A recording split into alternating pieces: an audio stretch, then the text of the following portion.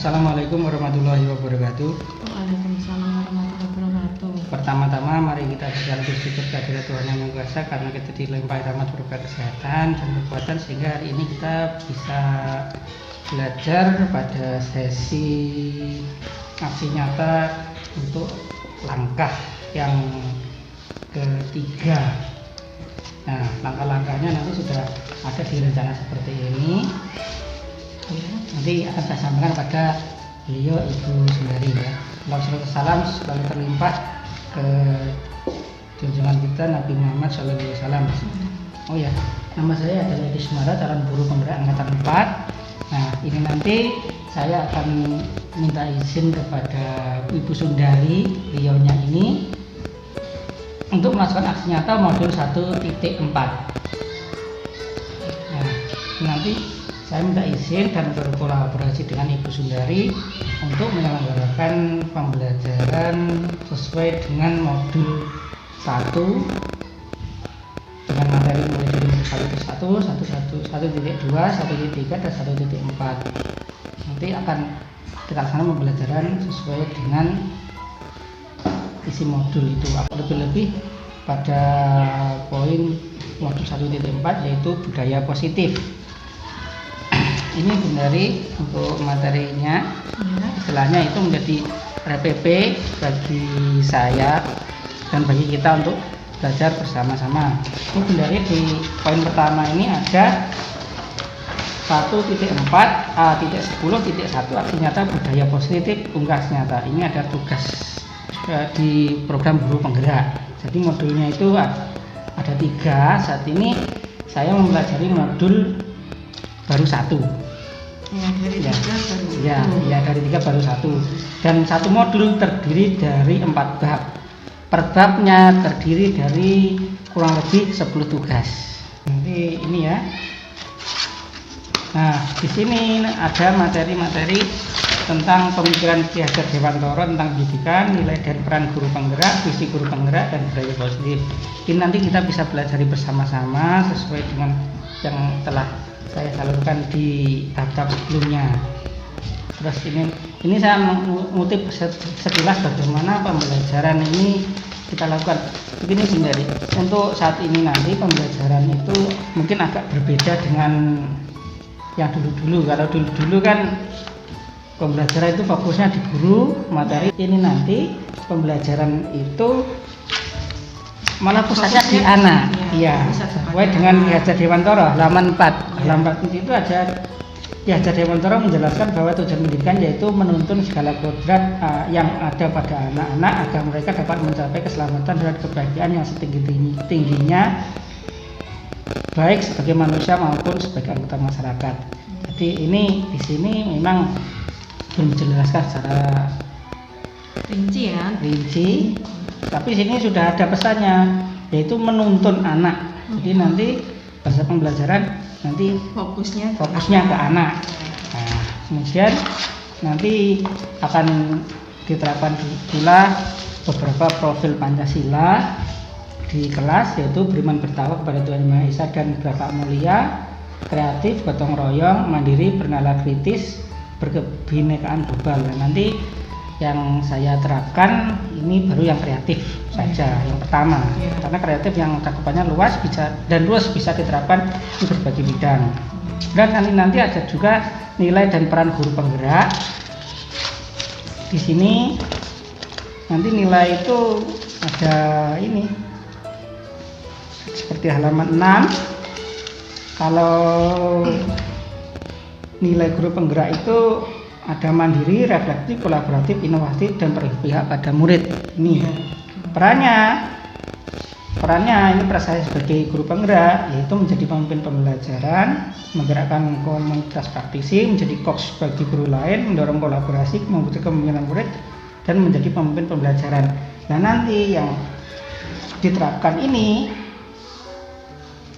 salah satu contoh kolaborasi. Jadi nanti saya bekerja sama dengan Ibu Sundari bagaimana mewujudkan pembelajaran yang berpihak pada anak, yang berpusat pada anak, seperti kata-kata Ki Hajar Dewantara nanti. Nah, nanti peran dan nilai ini akan coba kita terapkan di kelas sedikit demi sedikit, tidak langsung. Kemudian yang visinya, nah ini visi ini dibangun oleh beberapa teori, yaitu menjadikan sekolah yang sebagai rumah yang nyaman, aman dan bermakna bagi murid, seperti ini Bu nanti. Yang pertama nanti kita menjadikan sekolah sebagai rumah yang aman, nyaman dan bermakna bagi murid. Karena kita memang pusatnya murid ya. Kita mulai dulu di kelas saya dulu, kelas 3. Ya. Anak itu biar nyaman di kelas seperti di rumahnya sendiri. Ya. Nah, untuk mewujudkan visi ini kita perlu sebuah pendekatan. Ya. Pendekatannya itu namanya inquiry apresiatif. Jadi untuk membuat sebuah perubahan itu prosesnya ada namanya inquiry apresiatif. Inquiry apresiatif itu adalah perubahan dengan menggunakan proses kolaborasi dan dengan memperhatikan kekuatan-kekuatan yang ada pada anak atau sekolah. Jadi kalau dulu kan biasanya anak dipaksa materinya harus begini. Nah ini tidak, yang ada potensi kekuatan yang ada pada anak itu apa?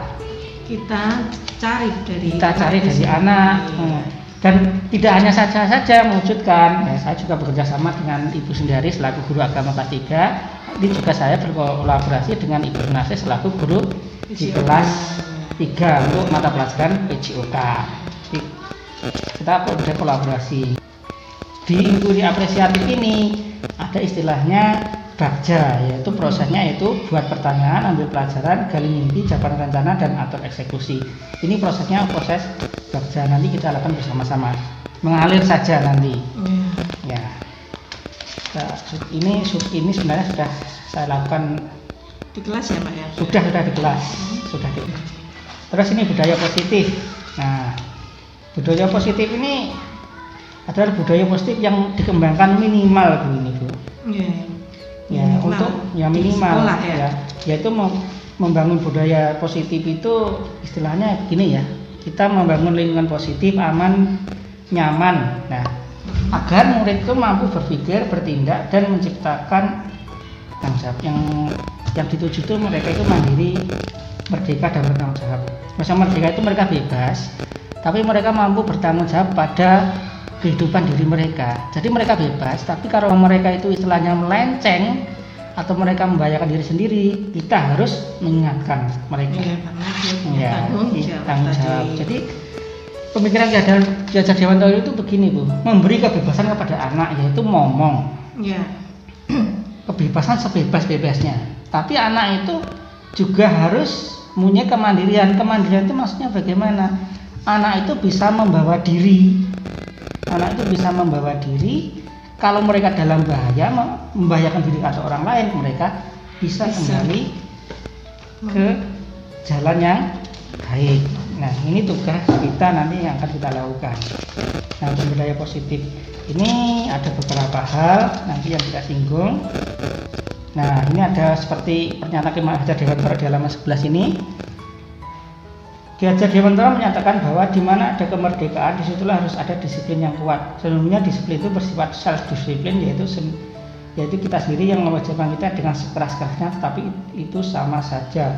Sebab jikalau tidak cakap melakukan self disiplin, wajiblah penguasa lain mendisiplin diri kita. Maksudnya gini Bu, kalau kita tidak mau disiplin, maka yang mendisiplinkan kita adalah orang lain. Nah, di bawah ini juga kata-kata yang sedikit legit bagi kita, yaitu kata disiplin berasal dari kata Latin yaitu disciplina, yaitu belajar. Kata discipline berasal dari kata yang sama dengan disciple atau murid atau pengikut. Jadi disiplin itu kalau kita selama ini kan disiplin kita harus mengikuti aturan. Ternyata enggak. Asal muasalnya adalah belajar disiplin. Belajar ya. Berarti disiplin artinya ya belajar untuk menjadi bebas dan mandiri tadi. Dulu disiplin harus patuh pada aturan. Patuh ada aturan. Sekarang kita rubah pola pikir kita. Disiplin itu ternyata adalah belajar. Nah, kalau profil Pancasila atau menurut pemikiran Ki Dewantara, belajar itu akan menjadi manusia yang bebas dan mandiri, mempunyai kemerdekaan. Kalau selama ini kan kita jujur saja masih terikat ini ya, aturan sana sini. Ya. Sekarang mari kita rubah, kita mulai yang kecil-kecil, kita rubah mulai dari sini. Belajar lagi berarti ya. Ya ini. Terus ini 3 alasan motivasi perilaku manusia, yaitu pertama menghindari hukuman. Ya, menghindari hukuman Ya, ya. ini teori-teori dulu ya. Terus ya kalau orang itu dapat motivasi itu untuk menghindari hukuman, misalnya orang berperilaku hidup sehat kalau takut sakit misalnya. Terus orang atau anak takut terlambat karena takut dimarahi guru misalnya, seperti itu. Nah, itu motivasi menghindari ketidaknyaman atau hukuman. Terus ada lagi motivasi untuk mendapatkan imbalan atau penghargaan dari orang lain, misalnya ingin berpenampilan baik karena ingin dipuji, terus beramal karena ingin dipuji. Itu termasuk mendapat penghargaan dari orang lain. Dan ini ada juga motivasi, yaitu ingin menghargai diri sendiri. Jadi tidak ada hubungannya dengan dunia luar. Dia itu ingin menghargai diri sendiri. Misalnya dia itu ingin datang pagi tepat waktu, karena itu karena sudah tanggung jawabnya. Dan ada kepuasan tersendiri kalau datang pagi, atau mungkin pulangnya tepat waktu ataupun lebih lama sedikit karena mungkin ada tugas-tugas yang menjadi tanggung jawabnya, seperti itu. Atau dia ingin berpenampilan baik karena ingin, ya memang penampilannya baik, ingin menghargai diri sendiri, ingin mensyukuri diri sendiri. Itu salah satu contoh motivasi karena ingin menghargai diri sendiri. Nah, ini ada lagi, ada yang bawah ini juga penting, ini agak berat materi ini. Ada menurut Goosen, suatu keyakinan akan lebih memotivasi seseorang dari dalam atau memotivasi secara intrinsik. Seseorang akan lebih tergerak dan bersemangat untuk menjalankan keyakinannya daripada hanya sekedar mengikuti serangkaian aturan. Jadi ini begini Bu ya, kalau orang itu ya istilahnya yakin, dia melakukan yakin itu baik dan dilaksanakan, itu akan membuat dia tergerak untuk membuat bersemangat. Iya. Cirinya orang yakin itu biasanya bersemangat. Punya keyakinan. Misalnya di kelas, anak-anak yang bersemangat rata-rata yakin bahwa belajar itu menjadi kunci keberhasilan. Misalnya kalau bekerja itu datang pagi-pagi itu karena yakin kalau pagi itu pasti nanti rezekinya berkah. Iya. Itu seperti itu. Kalau hanya sekedar mengikuti peraturan, kalau ada penegak hukumnya itu ditaati, kalau tidak ada penegak hukumnya biasanya agak blandor, seperti itu. Ya, ini materi ini. Nah ini semua yang kita lakukan adalah usaha terbaik ketika kita untuk mendapatkan apa yang kita inginkan. Ketika kita mendapatkan apa yang kita inginkan, sebetulnya saat itu kita memenuhi satu atau lebih dari kebutuhan dasar kita, yaitu kebutuhan untuk bertahan hidup, cinta dan kasih sayang, kebebasan, kesenangan dan kekuasaan. Ini kebutuhan dasar manusia ya Bu ya. Ini kebutuhan bertahan hidup, cinta, kebebasan, kesenangan dan kekuasaan. Ini maksudnya begini. Ini nanti akan untuk aspek pendidikan akan coba saya penuhi, dicanangkan di kelas. Jadi saya penuhi kebutuhan siswa saya di kelas, dan minta bantuan Bu Sundari juga Bu Sundari nanti juga agar ini bisa dipenuhi di kelas. Jadi mohon maaf, nanti saya akan membuat semacam keyakinan kelas. Nah, keyakinan kelas itulah nanti akan kita penuhi.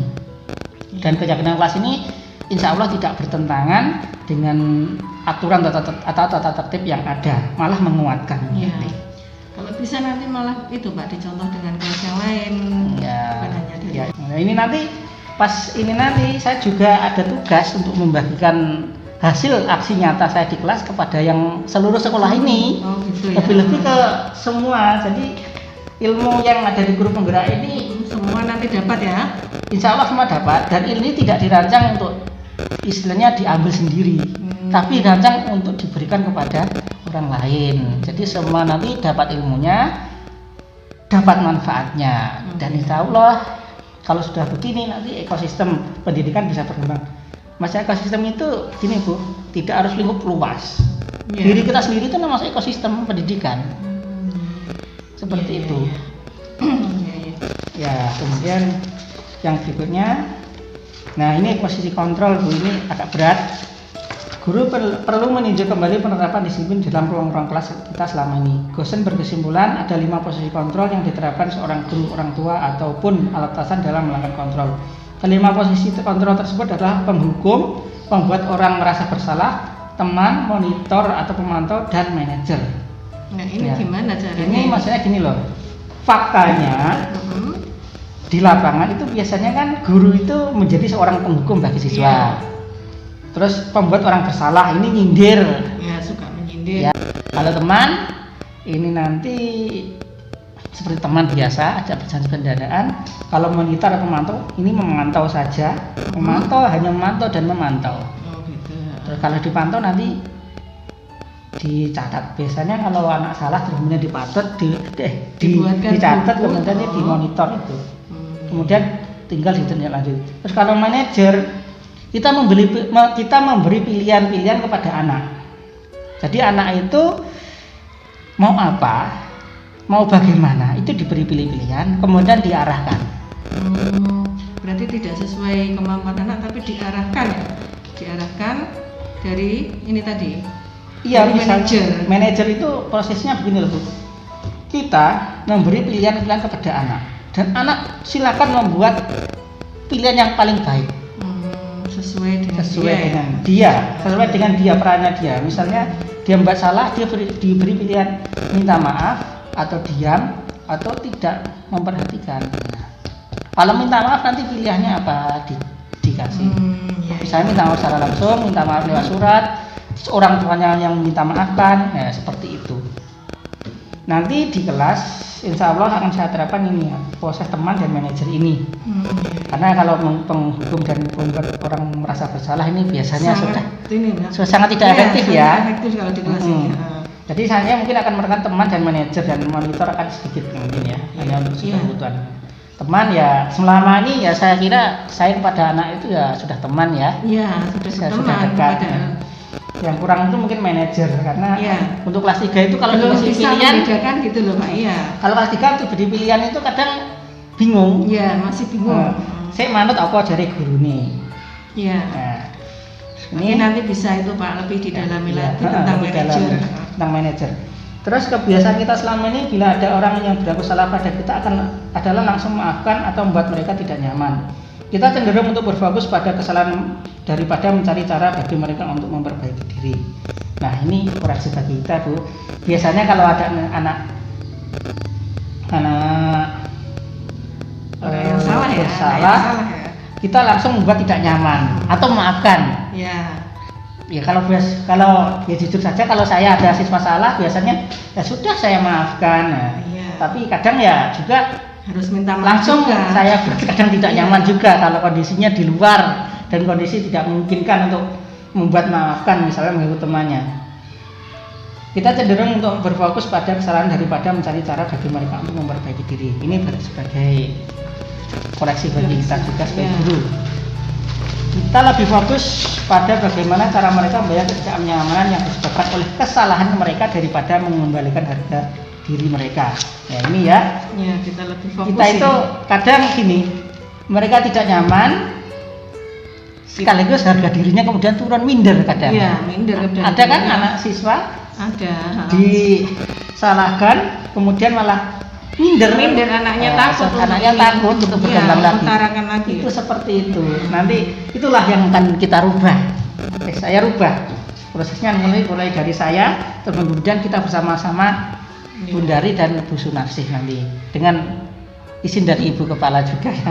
Insya Allah. Ya. Terus ini restitusi adalah proses kolaboratif yang mengajarkan murid untuk mencari solusi untuk masalah dan membantu murid berpikir tentang orang seperti apa yang mereka inginkan dan bagaimana mereka harus memperlakukan orang lain. Jadi restitusi ini adalah kerjasama antara kita Iya. Saya, Bun Sudari dan Bun Afif, bagaimana mengajarkan murid solusi menemukan masalah. Dan pengalaman saya pernah melakukan restitusi. Posisi kita itu menjadi seorang manajer. Saya pernah melakukan restitusi ya, dua kali dengan posisi jadi manajer. Restitusi ini bisa dilakukan.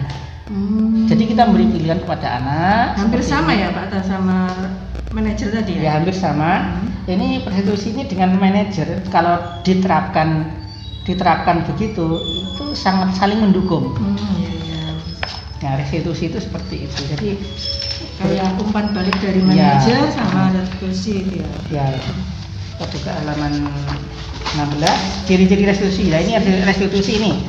Restitusi ini belajar dari kesalahan. Nah, jadi kita arahkan siswa untuk belajar dari kesalahan, memperbaiki hubungan, tawaran itu bukan paksaan, menuntun untuk melihat ke dalam diri, mencari kebutuhan dasar yang mendasari tindakan. Restitusi diri adalah cara yang paling baik. Ini ciri-ciri restitusi ini ya. Jadi anak-anak nanti akan diajari cara melakukan restitusi. Terus arah dan tujuan restitusi, ya ini fokus pada karakter. Ya, jadi ini anak-anak itu kalau bersalah, ini fokus pada karakternya. Karakternya itu agar berubah menjadi lebih baik. Jadi bukan tindakannya, misalnya tindakan salah bukan menyalahkan tindakan bela-bela tidak. Tapi yang perlu kita memperbaiki karakternya anak. Dan ciri yang kedua adalah menguatkan. Jadi anak itu dirinya dikuatkan, malahan kalau salah dia memperbaiki kesalahan ya dikuatkan. Iya, biar tidak minder ya. Ya, terus kemudian fokus pada solusi, terus mengembalikan murid yang berbuat salah pada kelompoknya. Jadi nanti kalau anak itu salah kepada temannya, kita restitusi sampai bagaimana murid itu kembali ke temannya dan dia mampu memperbaiki diri. Terkadang ada anak loh yang melakukan kesalahan kemudian dia sulit untuk bergabung ke teman-temannya lagi. Ya, entah malu, entah minder bingung, tadi, entah minder, atau mungkin kadang itu usil lagi. Ya, karena dia sering usil juga. Kebiasaan. Nah, restitusi itu upayakan nanti murid itu kembali pada kelompoknya dengan kondisi karakter yang lebih baik. Iya. Nah, ini langkah-langkah restitusi ini ada ini Bu ya. Ada menstabilkan identitas. Jadi anak itu ditunjukkan sebenarnya apa yang terjadi, agar dia paham ternyata ini permasalahan apa. Kemudian alasannya ditanyakan, bagaimana alasannya, mengapa dia salah, terus ditanyakan. Terus yang ketiga, nah dia akan dikembalikan pada keyakinan baik yang telah disepakati pada keyakinan kelas. Tadi kan saya bilang membuat keyakinan kelas. Nah, nanti kalau ada anak-anak yang melanggar keyakinan kelas itu, yaitu kita membuat prosesnya stabilan identitas. Terus ini ditanya alasannya apa. Terus kita kembalikan lagi untuk meyakini keyakinan kelas tersebut tadi. Itu contohnya seperti itu. Nah, ini restitusi. Ini sudah modulnya sudah berakhir sampai di sini. Kemudian ini ada rancangan aksi nyata. Ini aksi nyata yang kita lakukan hari ini ya. Nah, latar belakangnya adalah perlunya terjadinya pergeseran paradigma dari pembelajaran yang berpusat pada guru menjadi pembelajaran yang berpusat pada murid dengan memperhatikan pembiasaan budaya positif dalam ekosistem belajar. Jadi ini latar belakangnya ini Bu ya. Jadi nanti pembelajaran dari pusatnya dari guru, dari kita, nanti pusatnya ada murid. Terus ini ada pembiasaan budaya positif. Itu nanti tadi ya Bu ya. Keyakinan kelas, terus kebutuhan dasar manusia, terus kemudian sistem kontrol, kemudian restitusi. Itu nanti akan kita pelajari lebih lanjut. Tujuannya untuk membuat pembelajaran yang berpusat pada murid dengan memperhatikan kebiasaan budaya positif dalam ekosistem belajar. Ya. Nah, tolak ukurnya adalah pembelajaran yang berpusat pada murid. Jadi nanti begini Bu, kalau saya itu nanti berhasil, berarti nanti pembelajarannya berpusat pada murid. Nah, terus nanti tolak ukurnya adalah terlaksananya budaya positif dalam sekolah. Jadi nanti juga saya minta feedback kepada Bu Sundari dan Bu Sunarti, apakah nanti saya sudah bisa mewujudkan? Kalau belum bisa, tolong diingatkan. Iya, iya. Nah ini urutannya begini Bu, ini membuat rancangan, Iya. kan? Terus meminta izin kepada Ibu Kepala Sekolah, nah, ya jelas saya minta izin Iya, ya. iya. Kalau tidak minta izin ya Namanya tidak baik. ya. Terus ini berkolaborasi dengan rekan sejawat yaitu guru olahraga dan guru agama. Ini kita sudah proses yang ketiga. Iya. Terus nanti yang keempat, pelaksanaan pembelajaran yang berpihak pada murid dengan memperhatikan pembiasan budaya positif. Nah, ini nanti pelaksanaannya ya, kurang Iya. lebih ya sekitar 1 minggu. Terus nanti akan kita refleksi. Terus 1 minggu itu kalau baik nanti kita lanjutkan lagi pembelajaran. Terus refleksi nanti ini ya, kita koreksi pembelajaran saya sudah baik atau belum. Iya, iya. Jadi kalau masih kurang nanti tolong diingatkan karena kita sama-sama masih proses belajar. Nah ini dukungan yang dibutuhkan. Ini seperangkat materi, alat dan media pembelajaran dengan mencari sendiri ini sudah ada, ini jelas ya. Ruang khusus untuk refleksi dengan menjawab ruang di sekolah ini. Ini saya minta izin kepada Ibu Kepala, nanti UKS ini akan saya gunakan untuk melakukan ruang untuk melaksanakan refleksi. Ya. Iya. Terus alat olah data, ini ada laptop, ini deploy dengan meminjam, dan alat dokumentasi berupa HP milik sendiri ini sudah ini. Iya. Terus ini ada rancangan tindakan, ada. Ini rangkuman dari Tadi ya. penugasan yang tadi. Nah, ini saya minta doanya dan mari juga berdoa sama-sama. Semoga pelaksanaan pembelajaran yang berdasarkan dengan pembelajaran, maksudnya pembelajaran yang berdasarkan materi guru penggerak sesuai dengan nilai-nilai yang telah diajar Dewantara ini dapat terlaksana sehingga mampu mewujudkan siswa-siswa yang memiliki profil pelajar Pancasila. Terima kasih Bu Dari. Sama-sama. Ini saya diizinkan berkolaborasi. Mau ya? Diizinkan mau Ya, semangat ya. Terima kasih Bu Dari atas izinnya. Ini akan menjadi penyemangat bagi saya untuk melaksanakan pembelajaran ini dengan sebaik-baiknya. Semoga proses ini berhasil dengan sukses. Sukses, pokoknya semangat, kita semua berusaha, berdoa semoga kebaikan untuk sekolah kita dan yang lain. Amin. Ya, terima kasih. Wassalamualaikum warahmatullahi wabarakatuh. Salam guru penggerak, guru bergerak Indonesia maju.